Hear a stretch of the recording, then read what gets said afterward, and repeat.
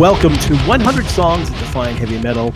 I'm your host, Brian Slagel. I'm the CEO of Metal Blade Records, and we're talking about one of our artists today, the great Cannibal Corpse, and the great song Scourge of Iron. Hey, everybody, when you're in Las Vegas, you need to go to the Metal Blade Museum, one of the only heavy metal museums in the country where we have tons of stuff from Metal Blade, but also artists like, well, of course, Slayer and Metallica, which started with Metal Blade, but also Aerosmith, Guns N' Roses, Deep Purple, Alice Cooper, Stars, Thin Lizzy, so much more. It's a really great peek at the world of heavy metal. There's tons of displays and guitars and drum sets and all sorts of really cool things. And it's only about 5 minutes from the Strip.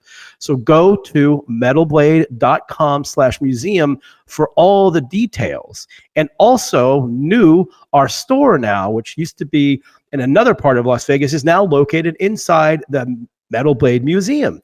And by the way, it's free to get into the store as well. You can learn everything at metalblade.com/museum and go check it out the next time you're in Las Vegas. We begin it all, as we always do, with the man from the North, Mr. Canada. He's written 150 books on hard rock and heavy metal, so he knows his stuff. Mr. Martin Popoff. All right, Cannibal Corpse, Scourge of Iron. Important song, excellent song, a very cool song in the history of heavy metal. So we're looking at Cannibal Corpse now, 16 albums at this point. This is their 12th album, March 13th, 2012. So it's a little ways back at this point. Produced by Eric Rutan, Hate Eternal. They recorded with him before. They're going to skip one, but then they're going to come back. So there's lots. Most of the recent catalog is produced by Eric. They returned to Sonic Ranch after being away. That massive complex, Tornillo, Texas. Beautiful, grinding and groovy. Such a catchy song. I mentioned it's an important song. Even on Spotify alone, 27 million plays on Spotify. The funny thing about this song, well, let's actually talk about the sound of it first of all. I mean, this is a typical fast Cannibal Corpse album. It's a mix of new and old. They're recording to click track, but Paul was quite happy with his drumming on it, even though they are recording to click, so he's getting more accustomed to that. The production is just this murky, Master of Reality, massive, kind of down-tuned, thick guitars. With rhythm guitars way up in the mix. Even when you get to the guitar solo, it's got that murky, weedy sort of sound to it. Kind of cool. With a lot of the album being typical, fast, blast beaty Cannibal Corpse, with obviously a lot of change-ups. I mean, this is a very progressive band. This song is just this groovy, grinding, chuggy sort of track. It starts relatively fast with a 1-3 beat. But then it cuts to halftime, and then it spends most of its life in that time. And there's a lot of really interesting chord changes in this track as well. But the funny thing about it, it's called Scourge of Iron, right? So the lyrics are, you think, oh, okay, it's about being whipped in Hades, whipped in hell kind of thing. And then all of a sudden, you've got now the villains march in chains. So you think, oh, the Scourge of Iron is marching in chains. That's what the iron is, marching in chains. And then all of a sudden it's flay the damned with steel. And we're realizing that, no, this is about a steel whip. And then later on it's confirmed where it's mentioned iron whip, right? So Scourge of Iron is not being chained in hell. It's being whipped with a metal whip, an iron whip. In hell. So it's pretty funny lyrics that way. But yeah, just a really cool, catchy, obviously like played way more than any song on this album, kind of a hit for the band. But yeah, just a really well put together, mid-pace, beautifully recorded, intentionally murky sort of song. But I mean, it just goes to prove, goes to show that there is such a great payoff when you have these in the pocket, massive heavy metal beats. It's something we all love about heavy metal so much, and you can tell by the plays that the fans love this kind of music when Cannibal Corpse gets to it. So there you go, Cannibal Corpse, Scourge of Iron from March 13th, 2012. Thanks, Martin.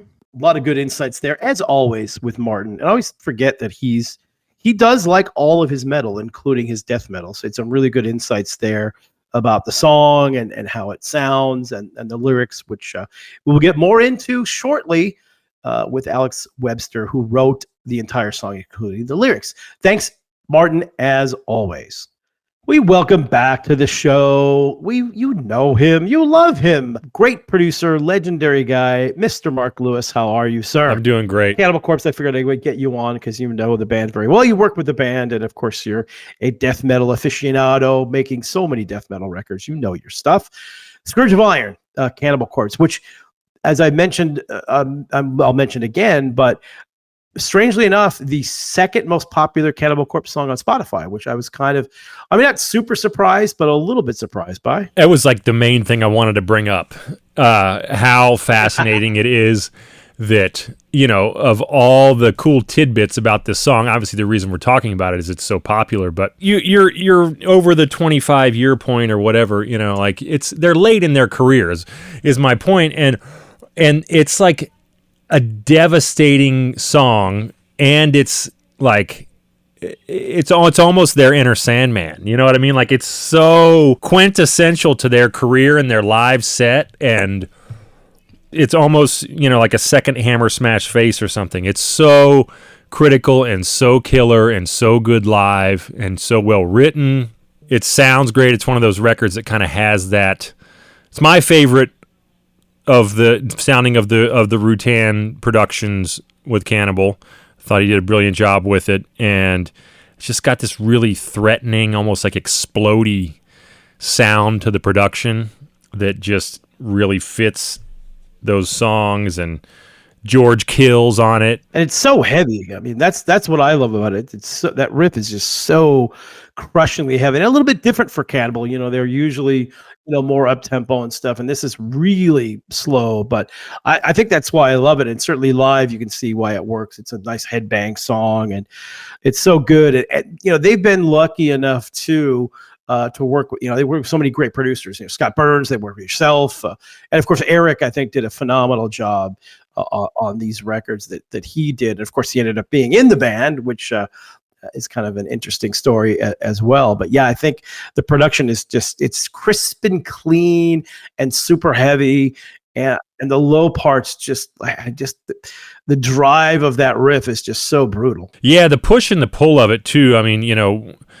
Paul is so just integral to that, yes. to that thing, like the like those triplet fills, and the way he pushes and pulls those, it's like the snares almost rush, and then the toms or the snares kind of drag, and then the toms are rushed, and it's like this whole thing where you're just like, whoa, and it's just not something you could ever do, with a computer or how things are edited these days, and just it's so cool. And I assume Pat probably played the rhythms on that. He just sounds like actually, surprisingly, not Pat did not play the rhythms on that. Did he not? He did not. Rob Barrett played the rhythms on that. Pat. Oh well, that makes sense too, because Rob has a very special right hand. I mean, working with both of them, they're very different guitar players. Yeah, Alex, who you're going to hear from next. Alex and I talked specifically about that, and he said that Rob did it, and then of course Pat did the great lead on that one. Yeah, it's so interesting to watch those guys play, and Rob's right hand is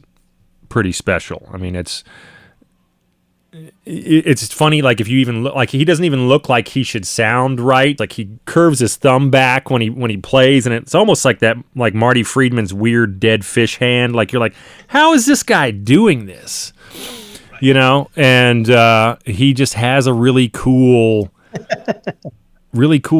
thing, right. Cool vibe to his hands, and it makes sense, he definitely nailed this, because that riff is, and that's the thing too, I think, with a lot of this stuff is that stuff's, look, a lot of death metal is not easy to play because it's fast and there's a lot of stuff going on. But I even think the slower, heavier stuff is even harder to play sometimes, just because you've got to have that extra without a doubt, crunchy part to it that, and I don't play, so down picking, whatever. It's a certain style that people have to do. And it's everybody's got their own style, but the better you can make that sound, and clearly the way you play has a lot to do with that. Yeah, absolutely. I mean, there's just so much real human element that's always gone on in the Cannibal world. It's very special, with Paul's drumming and Alex's bass playing, and the way that all comes together, with whoever happens to be playing guitar on that track. They're all very conscious of how the track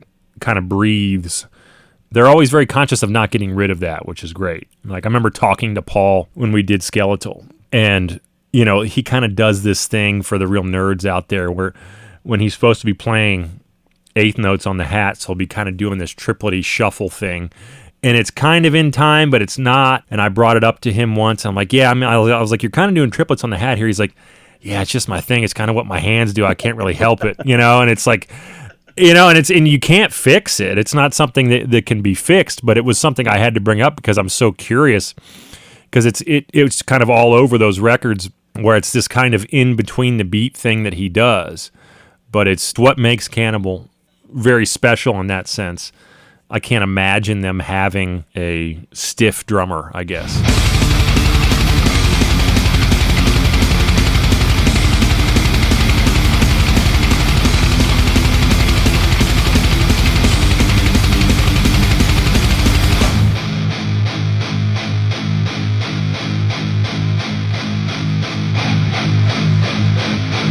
Yeah, I mean, look, it works. I mean, you know, he and Alex have been in the band since day one, and you can certainly talk about where the band was at during this time because you produced the record that came out right after this record. Yeah, I thought they were. I mean, they were on fire when I worked with them, and it was just an amazing experience. And yeah, it's just so cool to watch them work like that. And Alex's writing, it just can't really be understated. I mean, he wrote Skin to Liquid too. That to me was like the prequel to Scourge of Iron almost. I mean, it's an instrumental, but he just has those grooves with the tempo changes and the beat subdivision changes it's just, he's a master at that, and he's so humble. I'm sure he would be like, oh, you know, just doing my thing. But he, you know, he's brilliant at that. He's amazing at that, and it's so cool. I love his sense of riffing, and what he contributes is pretty special. Yeah, I mean, he's an elite bass player, certainly, you know, one of the, you know, arguably one of the top 25 bass players in metal, not just in death metal. I think he's such an amazing player. Oh yeah. And it is interesting, you know, now that you kind of mentioned it, that yeah, here's a band that 25 years into their career and they're still, you know, making music that's does really well, that is, you know, becoming part of the Cannibal Corpse lore of their entire career, which is, it's pretty special. I mean, there's some bands can do it obviously, but that doesn't happen a lot. Yeah, no, absolutely. It's rare that you have a band that late in their career have a song that's that impactful and become such a staple in their set. You know, it's they were already a legacy band at that point. You know, they don't even have to write new songs, you know, and here they are, it's 2025 still writing great songs, and it's, you know, I mean, hats off to that. Just amazing stuff. Yeah, I think you have to have a certain mentality. It's interesting when you talk to musicians who are still creating music at a high level later in their career, where, like you said, they could just kind of slough off and do whatever because they already have what they have. But you look like a band like, you know, like Iron Maiden or Metallica, who are both, I think, clearly operating at a super high level. I mean, the last Metallica record on Hardware, I think Spit Out the Bones, one of the best songs they've ever done. And here they are again, well into their career. And, you know, same thing with Maiden. And this, you could absolutely say the same thing about Cannibal, which is pretty amazing. And you talk to those guys even today, and they're, you know, they like making records and they want to continue making records and making music and making art. And luckily, the quality has not deviated too much from what they've been able to do. Yeah, I think it's really special and really cool. I love it. Yeah, and I mean, you know, again, hats off to Eric for capturing that whole thing, and you know that it's epic, and I always wanted to sit and pick his brain because, you know, our approaches to guitar sounds, I think, are different, and I always liked how he captured Cannibal's guitar sound. Like if I could critique my record that I did with them, I would love if the guitars were a little meaner when I listen back, if I was, you know what I mean? And I love what Eric captures there. I don't know if it's the cabinet, if it's the way he mics it or what, but he does some cool stuff with them. You know, it's got to be recognized. Yeah, and I think he, you know, I don't know for sure. I mean, I was in the studio, but I wasn't there when they're recording, you know, a lot of it. But for sure, he obviously he's a guitar player, of course, and he's a very. I mean, we talk a lot about when recording those records about the guitars and getting that thick, heavy sound, because that's, I mean, you always want that with any band. But I remember and I can't remember which of those early three records he was doing that I was down there. By the way, quick note on that.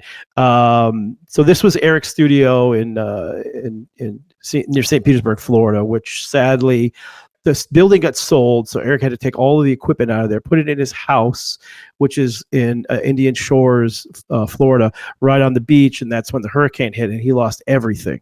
His house, his equipment, his whole studio, everything.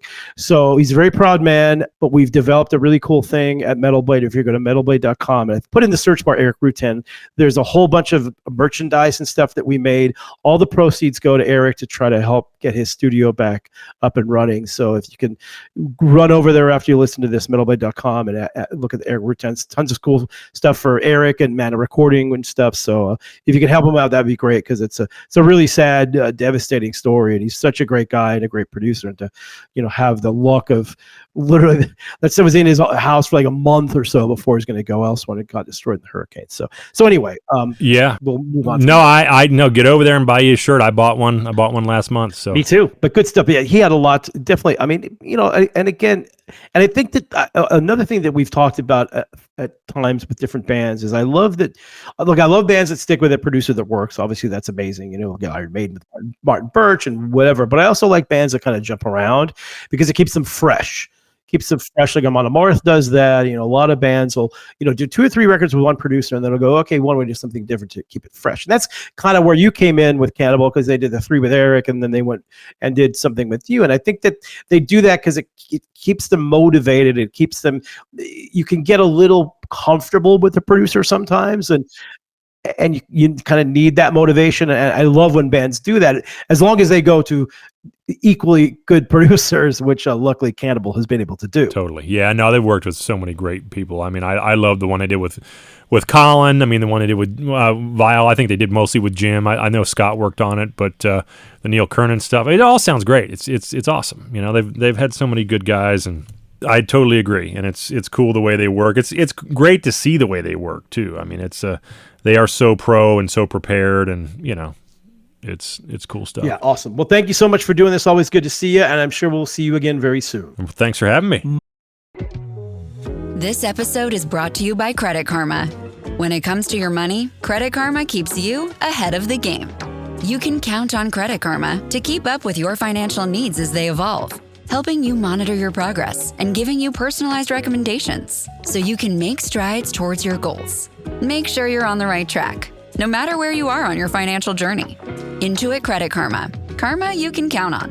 Download today. My pleasure to welcome in our next guest.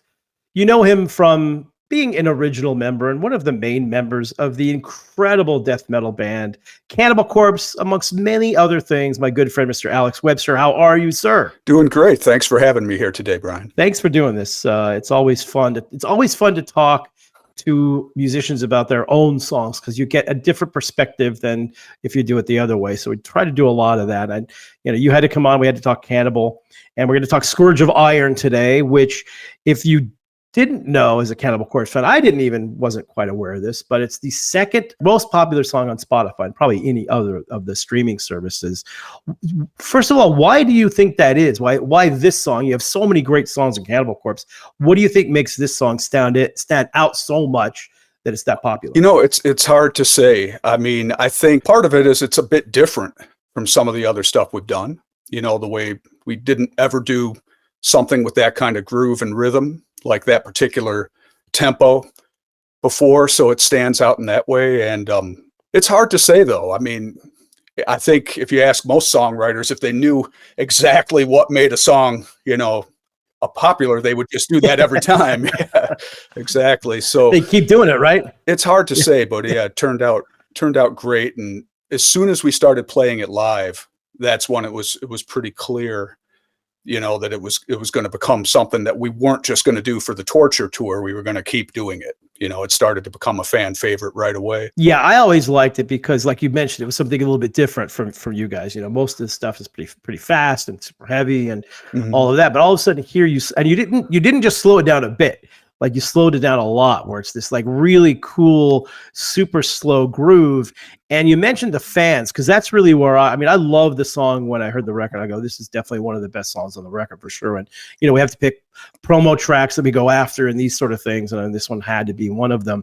But then when you go to the shows and you see the kids react, or the fans react, to where it's just, I mean, it's a very headbangable song, and the whole crowd is banging their heads, and, you know, you guys are up there doing it. It's kind of all in unison. I love those moments where I was like, okay, yeah, this is actually a really good song, because the fans are super into it. Oh, well, thanks. Yeah, I think, it becomes clear. Like every song we write, we try and make every one of them a hit or whatever. You know, we want all of them to be great songs. We're not writing any filler or anything. So really, the proving ground is on stage. What songs are going to stick around? You just end up seeing the reaction from people. Yeah, that one was so well received. I don't know if you remember, but actually Metal Hammer ended up giving us an award for, I believe, 2012. It was their Metal Anthem of the Year. You know, so yeah, I guess it was clear right away. You know, people really, really got into that song. You know, like we heard, you know, from bands that we toured with and stuff. They were like, wow, you know, that one stands out. I mean, it starts out fast.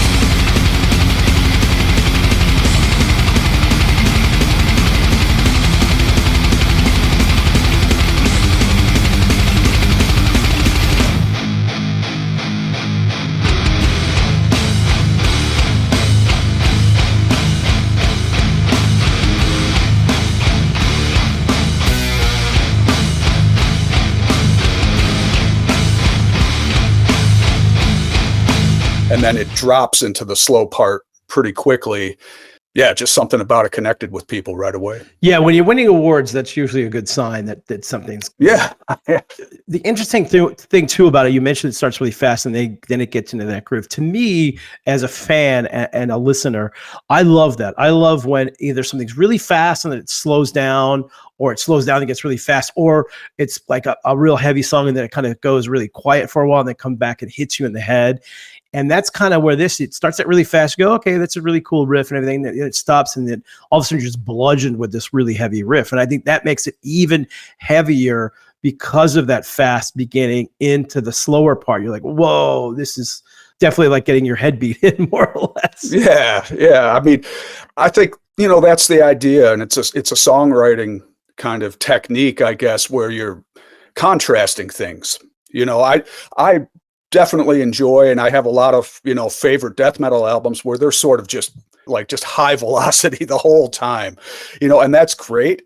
But that's not what we really do with Cannibal. You know, like we really have tried, especially as our career went on, we tried to mix things up a lot, because, you know, if everything is just full power the whole time, then there's no contrast. It becomes maybe a little bit predictable, or you have to work a lot hard. If you're going to stick with one tempo, you really have to work hard to make it unpredictable in some other way.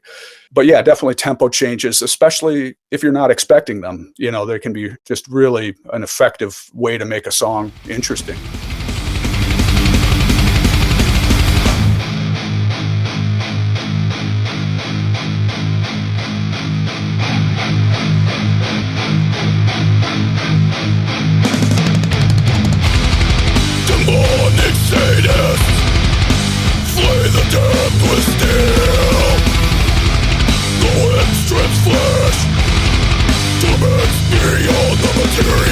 Cannibal Corpse, obviously one of the original death metal bands. I mean, weren't the original, but you were in the first wave of death metal, obviously. So this genre didn't exist a few years before that. So when you were growing up as a kid, like, what are you listening to? Like, what kind of music did you like before you kind of started delving into the heavier stuff? Well, when I was really young, like, you know, single digit age or whatever, I listened to like 50s rock, like Chuck Berry and Elvis, stuff like that, you know. Records my dad had lying around from when he was a teenager, that kind of stuff, you know, the 50s rock. But yeah, I got into, you know, just regular rock like the Police and stuff like that. And then pretty much around my early teens, that was when metal came in. And then it was bands like Accept, Iron Maiden, those two really in particular. And then Metallica, all the thrash bands, Metallica, Slayer, Creator, Megadeth, all that stuff. And it just kind of builds up, you go from metalheads are always looking for the next heavier thing, you know what I mean, or the next step forward, and everybody sort of adds to that. I would say out of the thrash bands, like death metal owes the most to Slayer. You know, that they were the band that was really, that had those kind of lyrics. Like, I feel like if you're looking at a family tree, then a lot of death metal comes from the Slayer branch in a way.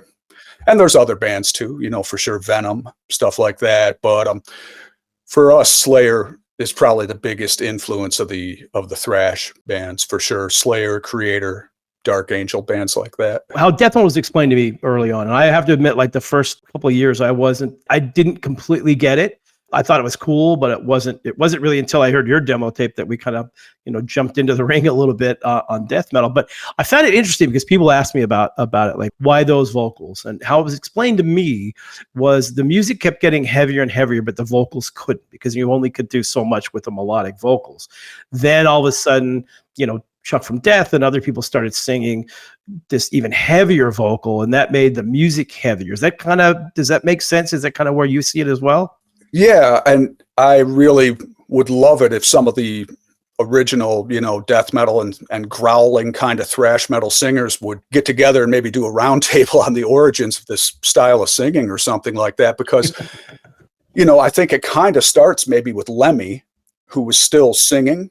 Lemmy and Kronos, they were singing, but it was getting into a growl, but there were still melodies going on there. And then you get Jeff from Possessed, Chuck from Death, Cam Lee from Massacre, people like that doing something deeper, more guttural. And then it just goes on to, like, you know, everybody ended up being pretty guttural and not really having any kind of a melody.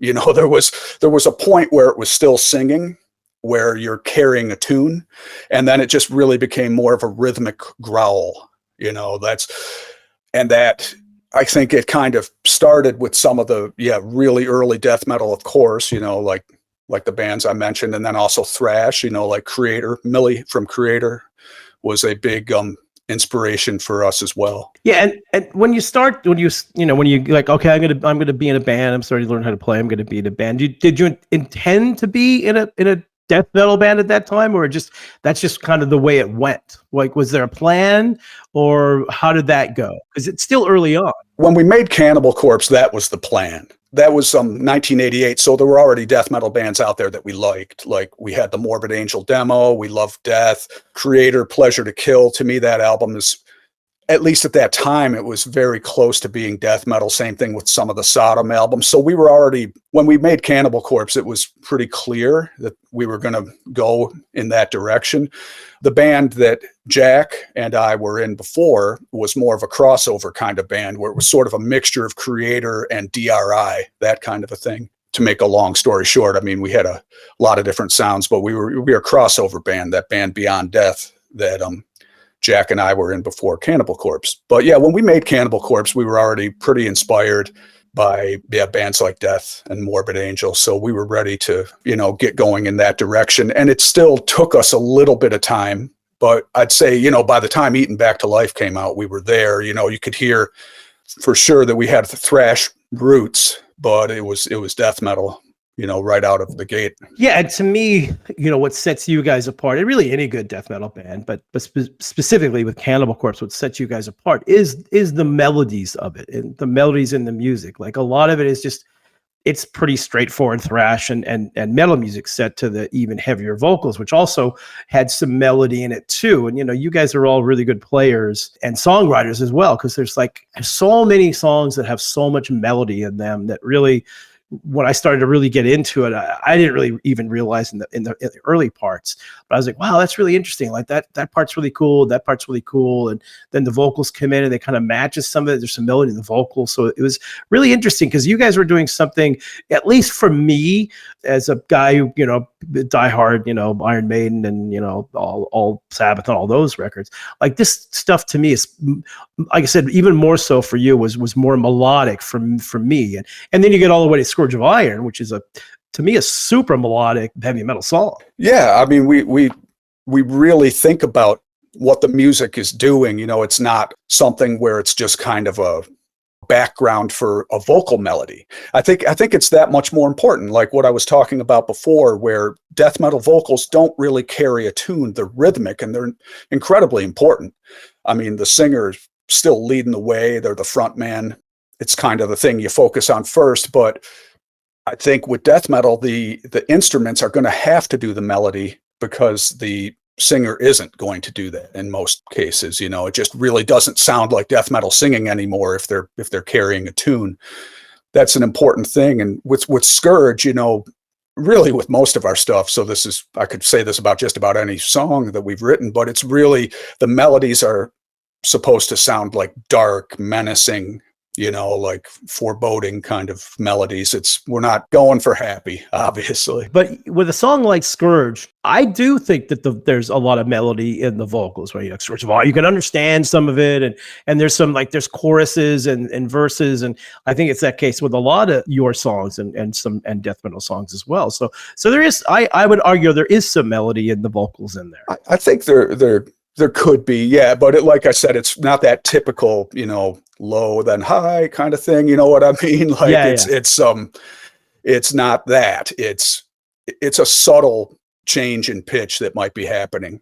And with this song in particular, like or really any song, when you go in as a songwriter, do you start writing stuff, or do you start thinking like, okay, I want to write a fast song, and then I want to do a medium one, then I want to do a super slow one? Or is it just like, I'm just going to sit down and write, and whatever comes just comes? Yeah, I mean, what I was saying before, like how a lot of death metal, a lot of my favorite records are mostly fast. You know, like every song, it's like, okay, here we go, more blast, more thrash beats. You know, like just fast. I think that as you get further into your band's career, you have to really start thinking, well, how are we going to vary things and keep it just as heavy or hopefully even heavier?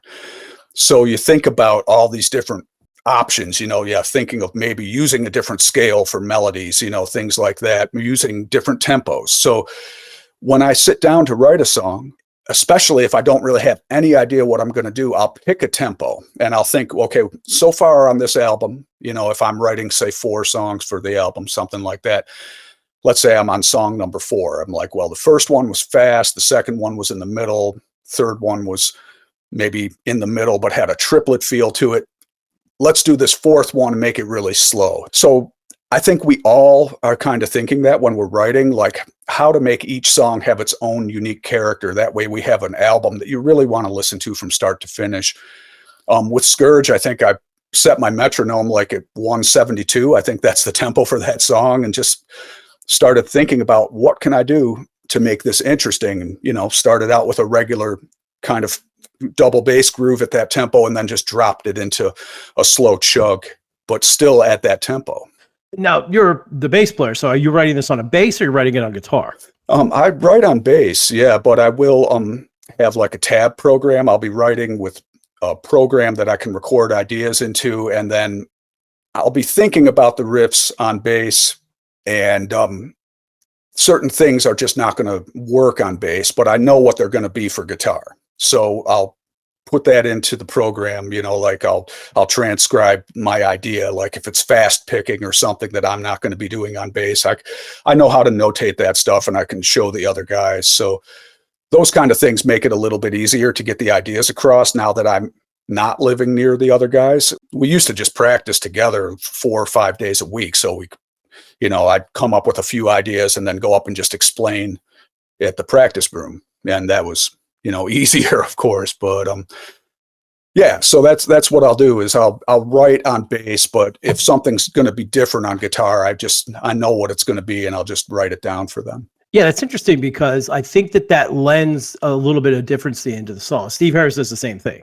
And, you know, you guys are both elite bass players. And I think that coming from that level and writing songs that way, because the only time I've ever talked to Steve Harris in my entire life, which, you know, I'm a massive Iron Maiden fan. I interviewed him for my fanzine in 1981. Was a young, dumb kid. I think I asked him, like, do you write on bass or guitar? He said, no, I write on bass. And I was like, oh, that's really weird. Because for me, I don't know what that even means at that point, but you see it, and there's a few other guys that have done that where they write it on bass and not a guitar, and I think that makes it a little bit unique and different, where it's like, oh, okay, I can kind of see where that comes from, and then, you know, the bass itself is the real kind of thing that drives the songs as well. You know, I mean, I think if you know what you want the guitar to do, you don't have to necessarily be able to play it. Yeah, I certainly couldn't play Cannibal Corpse guitar parts. I mean, I've made some demos. I have a guitar at home, and I've made some demos where I played the parts, but it's really me recording tiny little sections in Pro Tools so I can cobble together a demo for the guys to hear. But I don't usually do that. I've done it for a few of the albums, but I'm not doing it this time. But yeah, I think one of the things about writing on bass that's different is you end up feeling comfortable at different speeds than a guitar player does. So some of the things that are really hard for guitar players to do, like really fast down picking, like da, da, da, da, da, da, da, da, da, on bass, that's pretty simple. It's just quick 2 fingers.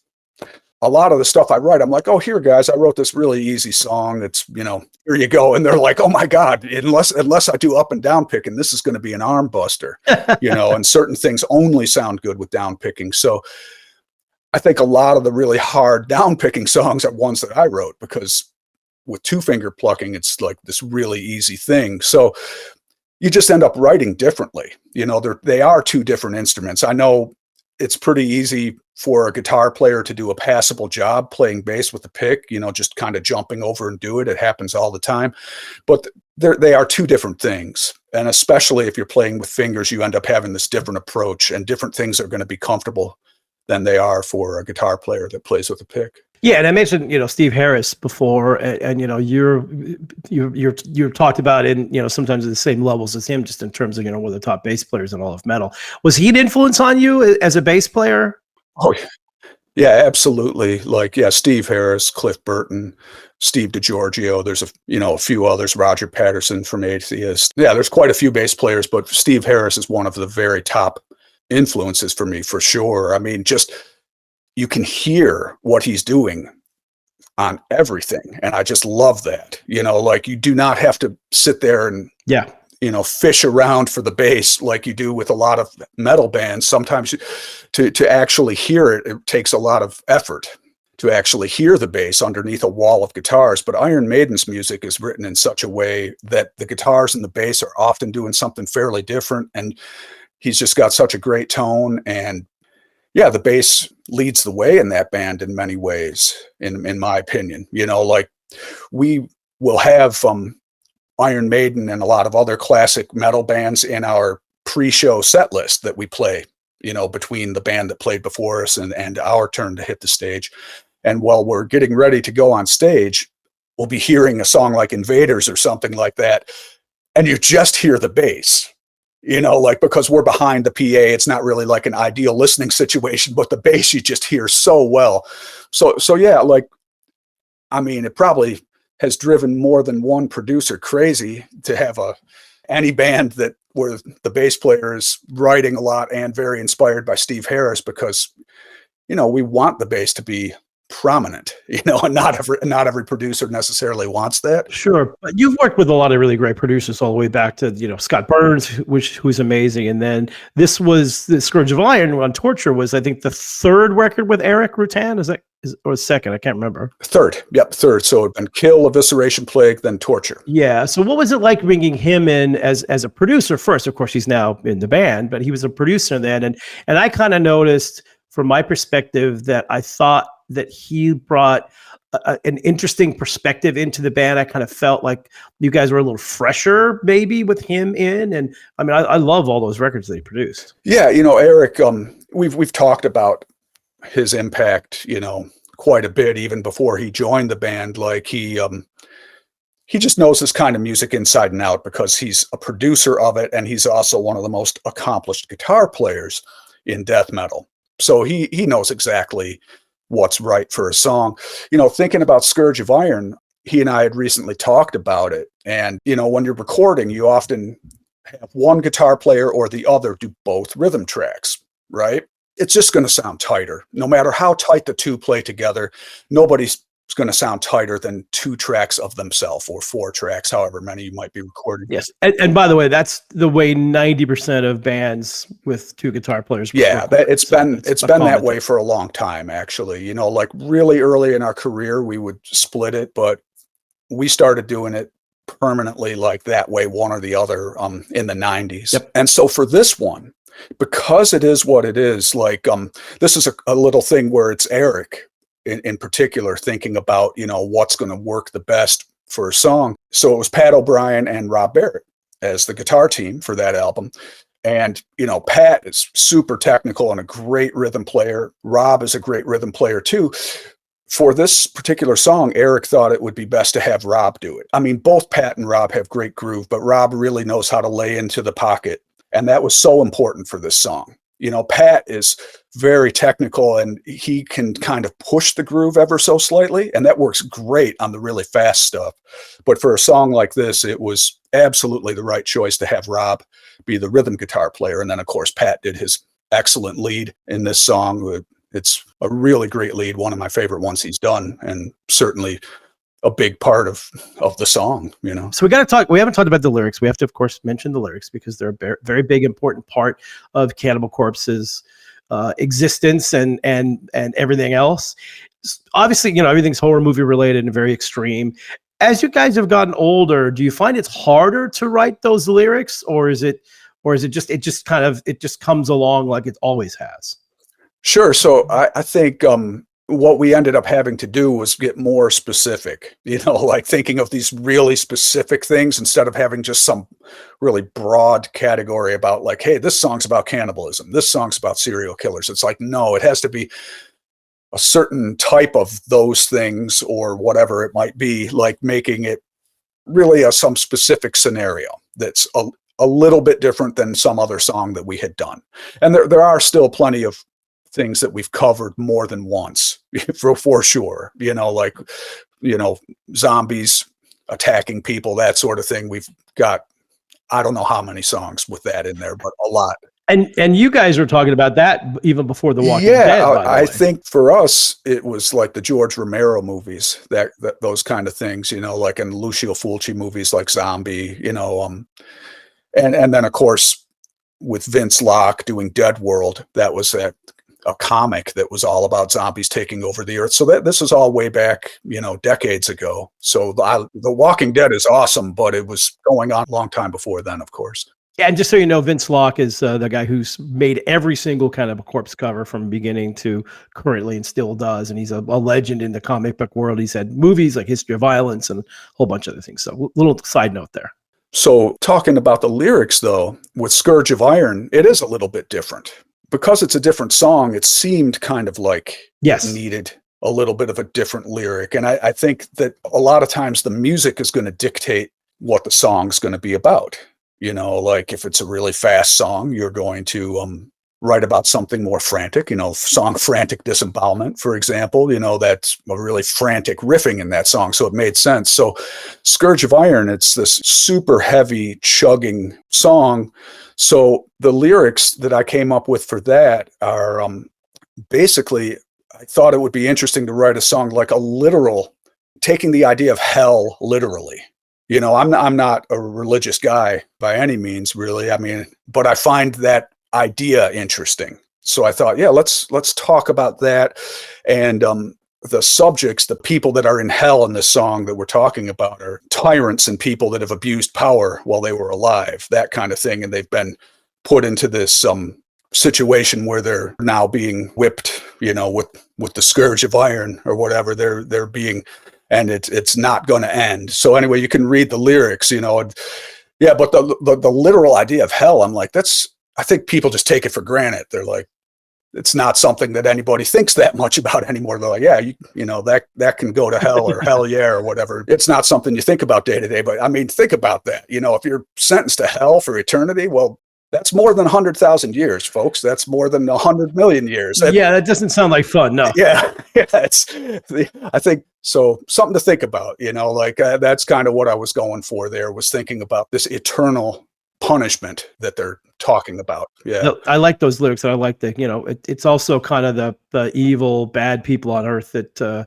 finally get their due in due time when that happens. So yeah, it's a very popular theme, which I always love that. Thank you so much for doing this. I really appreciate it. That was awesome. Oh, it's my pleasure. Thanks so much for having me. Really appreciate it too. There you have it. Thank you so much to Alex Webster, Mark Lewis, Martin Popoff, Lizzie Borden with our theme song, and the producer who makes everything run perfectly here, Mr. Christian Blatt. We'll see you guys next episode. 100